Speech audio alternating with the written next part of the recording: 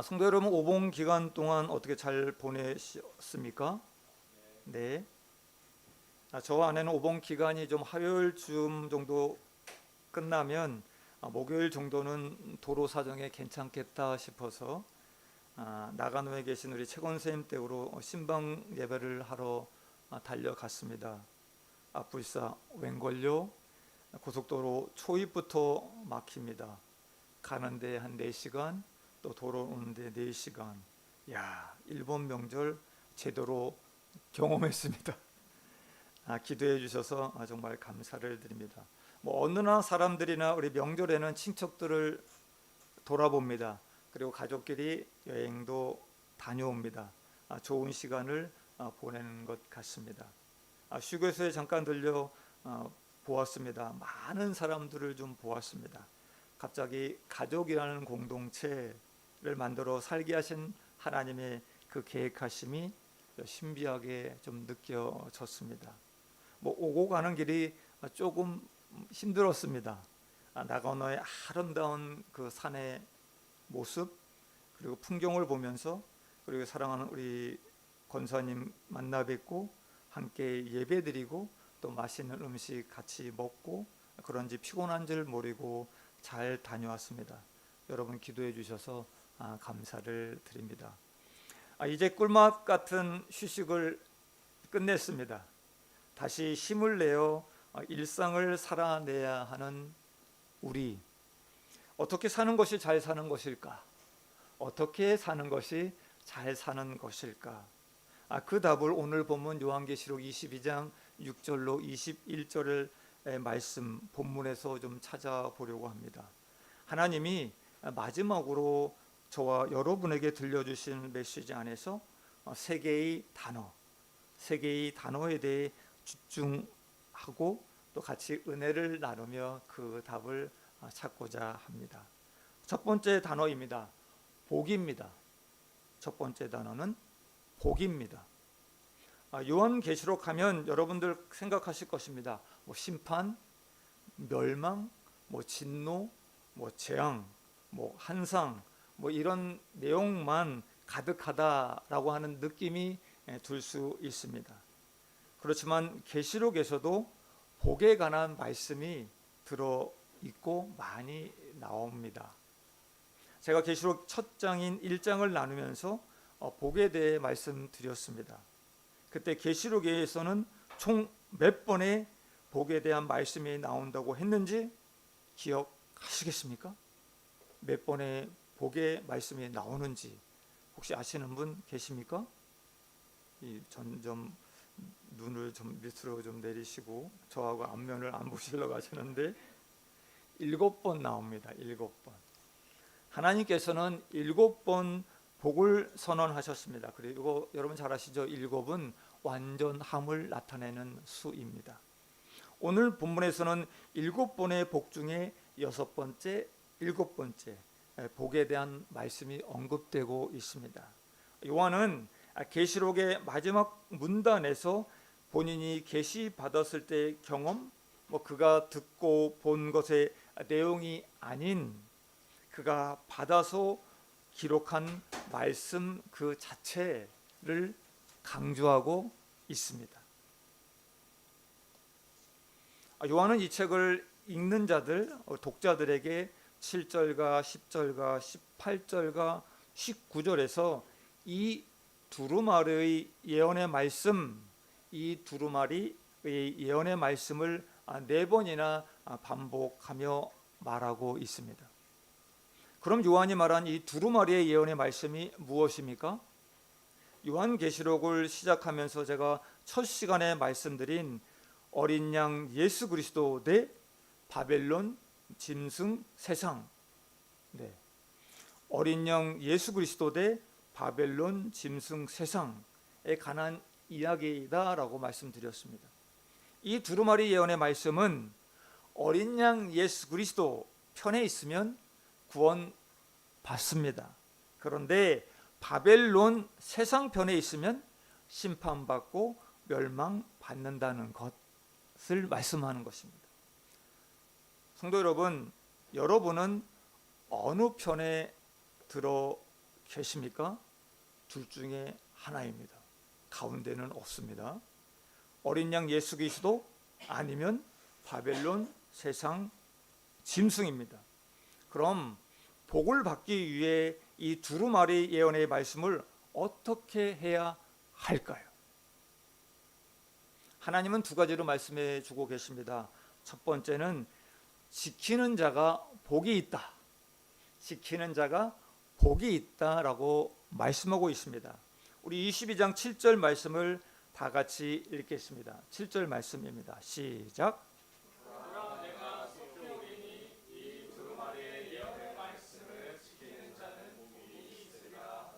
아멘.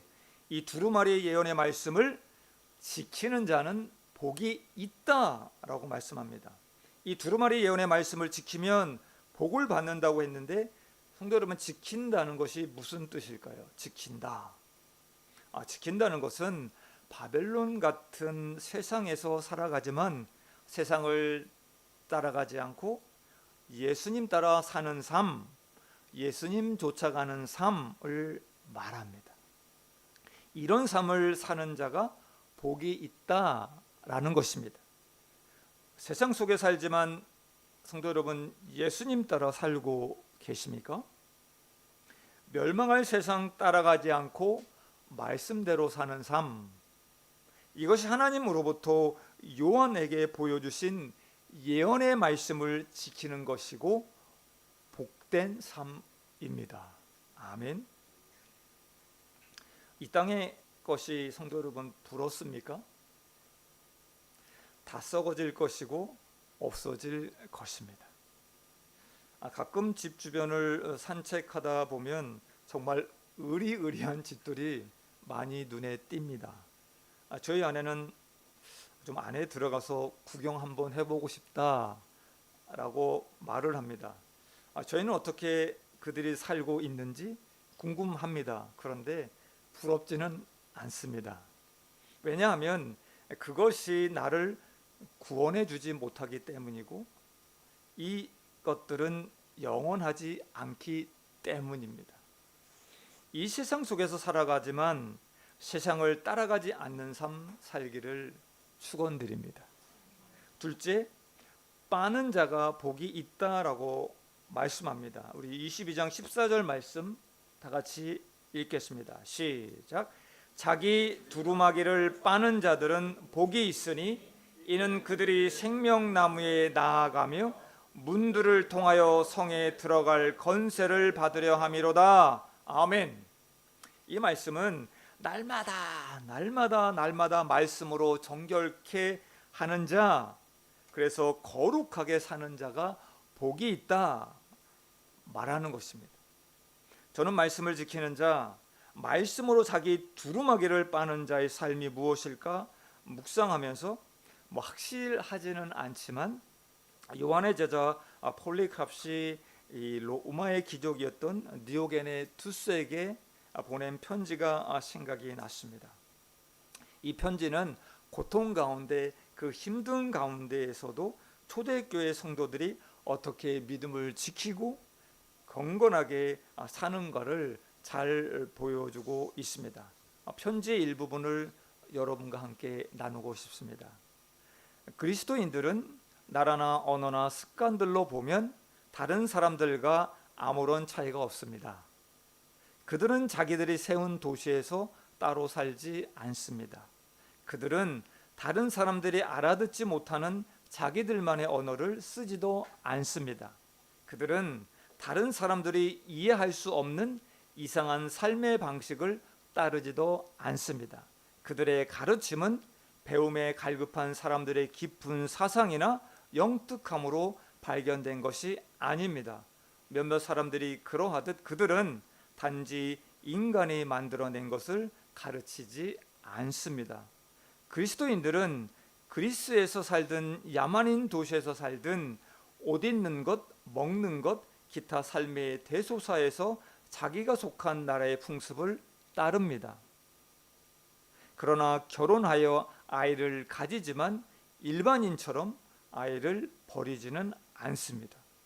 식탁은 모두와 공유하지만 다른 아내와 잠자리는 공유하지 않습니다. 동시에 그들은 서로서로의 안녕과 행복을 위해 아주 특별한 사랑을 살아내고 있습니다. 그들은 자기 나라에서 살지만 오직 이방인으로 삽니다. 다른 시민들처럼 모든 것에 대한 권리가 있음에도 애국인처럼 아무런 혜택을 누리지 못합니다. 그들에겐 모든 애국이 자기들의 조국이고 자기들의 조국은 모두 애국과 같습니다. 그들이 육신 안에 있는 것은 사실이지만 육신대로 살지는 않습니다. 이 땅에서 바쁘게 하루하루를 살아가지만 그들의 시민권은 하늘에 있습니다. 그들은 정해진 법들을 준수할 뿐 아니라 그들의 삶 속에서 법이 요구하는 그 이상의 삶을 살아내고 있습니다. 그리스도인들은 모든 사람들을 사랑하지만 모든 사람들로부터 핍박을 받습니다. 사람들은 그들이 누군지도 모르면서 여전히 정죄를 합니다. 사람들은 그들을 죽이지만 하나님은 그들을 다시 살리십니다. 그들은 가난하지만 많은 사람들을 부욕해 합니다.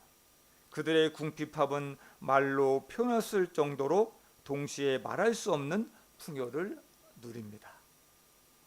화려함 그리고 힘의 상징인 거대한 바벨론, 그 로마 제국에 살아가면서 언제 죽을지 모르는 그 핍박 가운데에서도 멸망당할 것을 쫓아가지 않으며 거룩한 삶을 살아갔던 초대교회의 믿는 자들의 모습이 너무 아름답습니다.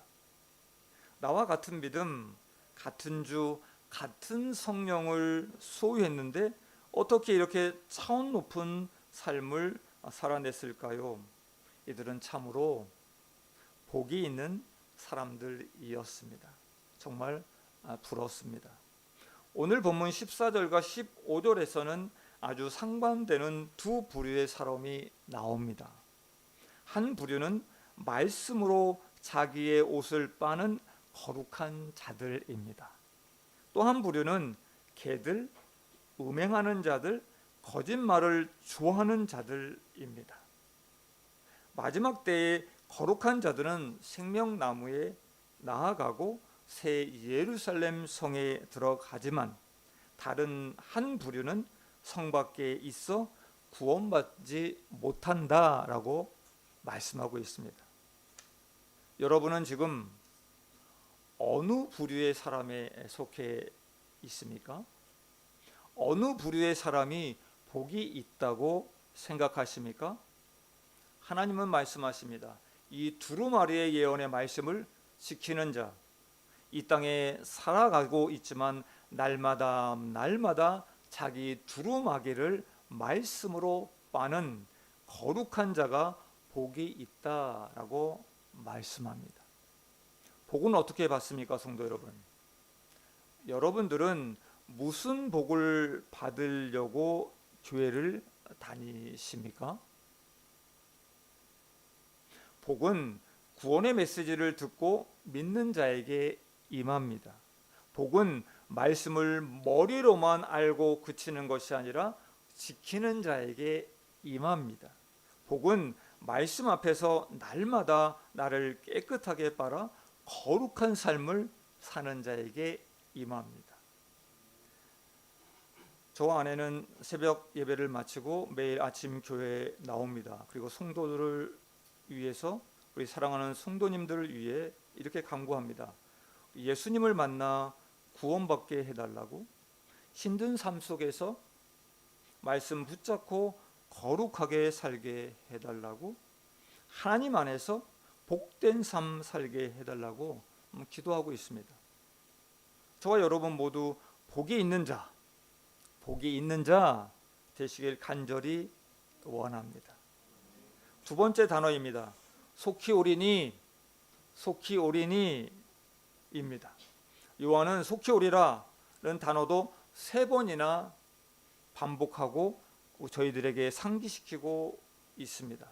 7절에 보라 내가 속히 오리니, 12절에 보라 내가 속히 오리니, 20절에 내가 진실로 속히 오리라. 아멘. 사람들은 종말에 관심이 많습니다. 특히 언제 종말이 올 것인지, 언제 그때에 대하여 지대한 관심이 있습니다.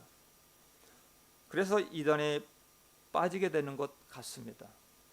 주님은 언제가 중요한 것이 아니라 주님이 올 것이다, 주님이 속히 올 것이다 반복하며 하나님의 시간표 안에서의 그 긴박성을 말씀하고 있습니다. 속히 오리라 라는 약속은 우리에게 두려움을 안겨주는 것이 아니라 복음입니다. 속히 오리라 라는 말은 내가 반드시 다시 올 것인데 그때는 아무도 알지 못하니 신랑을 맞이하게 하기 위해 기름을 준비한 슬기로운 지혜로운 처녀들처럼 깨어 준비하라고 하는 말씀입니다. 그렇지만 누구는 이렇게 이야기합니다. 속히 오신다고 약속하신 주님은 왜 2000년이 지났는데도 오시지 않았습니다. 곧 오시겠다고 하셨는데 왜 아직 안 오시는지 이 말씀을 어떻게 이해하고 받아들여야 합니까? 초대교회 사람들은 예배 드리고 나가면서 귓속말로 마라나타, 마라나타 라고 속삭였다고 합니다. 마라나타에는 주님께서 다시 오시는 것을 기다린다라는 의미입니다. 주여 오시옵소서, 주님 오시옵소서라는 뜻이 있습니다.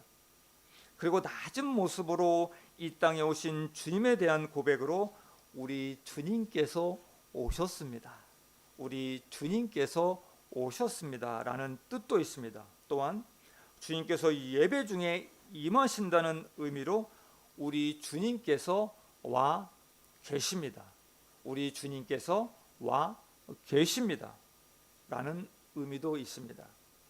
주님의 오심에 대해서 미래, 과거, 현재형으로 고백하고 있는 것입니다. 세상 가운데 온갖 박해를 당하는 우리 성도들이 만나서 악수나 포옹하면서 귓속말로 서로 마라나타, 마라나타 라고 속삭이며 서로 격려했다는 것입니다. 주님이 오셨고 와 계시고 다시 오신다는 그 소식만큼 주님을 사랑하는 성도들에게, 또한 주님을 믿는 것 때문에 고난을 당하는 성도들에게 더 큰 위로가 없었을 것입니다. 주님은 우리에게 벌써 오셨습니다. 아멘. 죽을 수밖에 없는 나를 찾아오셔서 구원하신 예수님, 지금 이 예배의 자리에 와 계신 예수님, 언제일지 모르지만 다시 오실 예수님을 생각하며 우리도 좀 떨어져 계시지만 우리 옆에 있는 분에게 마라나타 라고 인사 한번 해보실까요? 마라나타, 마라나타, 마라나타. 이따 헤어질 때는 귓속말로 마라나타 이렇게 해주시기 바랍니다. 성도 여러분, 사랑하는 사람을, 사랑하는 이를 기다려 본 적이 계십니까? 이제나 저제나 언제 올지 기다리는 마음, 빨리 왔으면 하고 기다리는 마음. 우리 초대교회 성도들은 그 마음으로 주님을 기다린 사람들이었습니다. 20절에서 예수님은 이렇게 말씀하십니다. 내가 진실로 속히 오리라, 내가 진실로 속히 오리라 말씀하실 때 우리 요한과 우리 초대교회 성도들은 이렇게 하답합니다. 아멘, 주 예수여 오시옵소서. 이렇게 하답했습니다. 그들은 어려운 가운데 주님의 이름을 불렀고 그 주님이 오셔서 위로하시는 것을 경험했습니다. 그랬기에 장차 오실 주님을 더 소망할 수 있었던 것입니다. 주님을 이 땅 가운데 누리고 사는 자들이, 주님을 이 땅 가운데 누리고 사는 자들이 주여, 주여 어서 오시옵소서, 주여 오시옵소서, 어서 오시옵소서라고 반갑게 외칠 수 있는 것입니다. 지금 우리는 초대교회 성도들처럼 핍박당하지 않고 살고 있습니다. 혹 그래서 어쩌면 주님 오시는 것을, 주님 오시길 기다리지 않을 수도 있습니다. 혹시 주님이 오실까 봐 두려울 수도 있습니다. 주님이 오신다면 당황스러울 수도 있습니다. 우리는 아마도 주님이 오시는 것 외에는 관심이 없을 수도 있습니다. 주님 오시기 며칠 전에만 알려주세요. 며칠 전에만 좀 알려주세요. 준비하게요. 뭔가 좀 준비하게요. 주님 조금 알려주세요. 며칠 전에만. 이렇게 말할 수도 있어요. 그러나 우리가 어떤 모습으로 살아가고 있든 주님은 약속하신 대로 속히 오실 것입니다. 아멘. 속히 오실 주님을 맞이하기 위해 깨어 준비하시길 축원드립니다. 아멘. 세 번째 단어는 오라입니다. 우리 17절 말씀 다 함께 봉독합니다. 시작. 성령과 신부가 말씀하시기를 오라 하시는도다.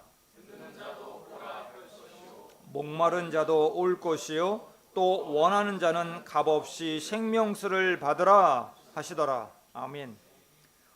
예수님은 저와 여러분을 초청하고 계십니다. 지금 이 시간 오라고 초청하십니다. 영원한 생명수를 주겠다고 새 예루살렘 성으로 들어가자고 초청하십니다. 주님의 초청에 기쁨으로 반응하시길 원합니다. 아멘. 주님의 초청을 받은 우리 다시 세상을 향해 외쳐야 합니다. 극심하게 고통받는 재난지역에서 구호단체가 옵니다. 그리고 생수를 공급하면서 이런 얘기를 합니다. 누구든지 와서 마시라. 누구든지 와서 마십시오 라고 외치는 것처럼 우리는 세상을 향해 누구든지 와서 마십시오. 누구든지 와서 마십시오. 이 생명수 값없이 드리는 이 생명수를 받으세요 라고 외쳐야만 합니다. 우리는 외치는 학성기가 되어야만 합니다. 이 초청은 2000년 전이나 지금이나 동일하게 중요합니다. 주님 오실 때까지, 주님 오실 때까지 멈추지 말고 외쳐야 할 지상 최대 명령이며 사명입니다. 저는 우리 동경 사랑의 교회가 이 일본 땅을 향해 누구든지 오십시오, 누구든지 오십시오 외치는 교회 되길 소망합니다. 아멘. 우리 가족, 친척, 동료, 주인, 내 주변의 사람들에게 오라, 오십시오, 오라 라고 외치시길 바랍니다. 올해가 가기 전에 예수님 믿고 구원받기를 원하는 사람 우리 한 명씩 정하셔서 기도하시면서 그분에게다가 오라, 오십시오 초청하시길 바랍니다. 우리 교회가 우리 성령과 함께 오라 복음을 외치는 교회 되길 간절히 바랍니다. 아멘. 결론을 맺겠습니다. 요한계시록은 여러분 잘 아시지요. 복음을 전했다는 이유로 에게 반모섬 그 감옥에 갇힌 요한에게 임한 계시의 말씀입니다. 이 계시는 절망 속에서 시작되는 서막이었습니다. 그리고 성도들에게 소망을 주는 서막이었습니다. 로마 제국의 거대한 힘 앞에 쓰러져가는 성도들의 고통, 순교, 배교의 소식이 가득했던 시절 이 계시의 말씀은 그들에게 보내는 비밀 문서, 비밀 서신과도 같았습니다. 묵시 문학의 형태를 빌려서 기록했기에 한상이나 상징으로 가득합니다. 그런데 그 핵심은 단 하나입니다. 세상의 권세가 아무리 강대해 보여도 그 끝은 심판이요 멸망이다. 세상 모든 역사의 주관자는 나 하나님, 알파와 오메가이신 예수 그리스도다. 마침내 어린 양 예수 그리스도께서 만왕의 왕으로 다시 오셔서 모든 눈물을 닦고 완전한 승리를 이루신다. 이것 하나입니다. 요한은 두루마리의 계시의 말씀을 다 들은 사람들, 그리고 우리에게 그렇다면 이제 어떻게 살 것인가? 그럼 이제 어떻게 살 것인가? 그것에 대해 오늘 본문 마지막에 알려주고 있습니다. 멸망당할 이 세상 따라가지 마십시오. 말씀으로 어둠의 일을 벗고 더러운 옷을 빠십시오. 주의 말씀으로 거룩한 옷을 입으십시오. 속히 오겠다고 거듭거듭 약속하신 우리 주님만 바라보며 하루하루 살아내십시오. 말세인 것 같아, 종말인 것 같아 하며 알지 못하는 때 시기에 관해 이야기하는 것에 흔들리지 마시고 그럴수록 더욱더 오늘도 주님이 내 인생에 오심을 갈망하십시오. 주 예수여 오시옵소서, 주 예수여 오시옵소서, 마라나타 마라나타 재림을 갈망하십시오. 예수님이 생명수와 새 예루살렘 성으로 초청하시는 그 음성을 듣고 기쁨으로 나아가십시오. 이 초청 무시하고 바벨론이 세상이 짐승이 주는 음료의 잔을 마시며 따라가지 마십시오. 사랑하는 성도 여러분, 갈림길에 선 우리에게 주님은 지금 선택하라고 말씀합니다. 한번 더 띄워주실까요? 어린 양 예수 그리스도 대 바벨론 짐승 세상. 성도 여러분, 둘 중에 무엇을 선택하시겠습니까? 영원할 것 같은 이 세상의 부귀, 안락, 쾌락, 돈 때문에 바벨론을 따른다면 그곳은 영원한 멸망이요 사망입니다. 기쁘게 할렐루야 외치며 어린 양 예수님을 따른다면 그것은 구원이요 영생입니다. 아멘. 우리는 하나님이 요한에게 보여주신 장차 될 일을 들었습니다. 그리고 보았습니다. 목마른 인생길에 생수를 부어주시는 어린 양 예수 그리스도, 그 어린 양 예수 그리스도를 언제나 선택하시길 기도합니다. 억만금을 준다고 해도, 억조원을 준다고 해도, 누가 뭐라고 해도 나는 주님만 따라가겠다, 나는 주님만 따라가겠다라고 결단하시길 축원드립니다. 지치고 힘들지라도 아무것도 눈에 보이지 않더라도 마라나타 마라나타 마라나타를 외치며 우리 주님 따라가는 복된 인생길 되시길 축원드립니다.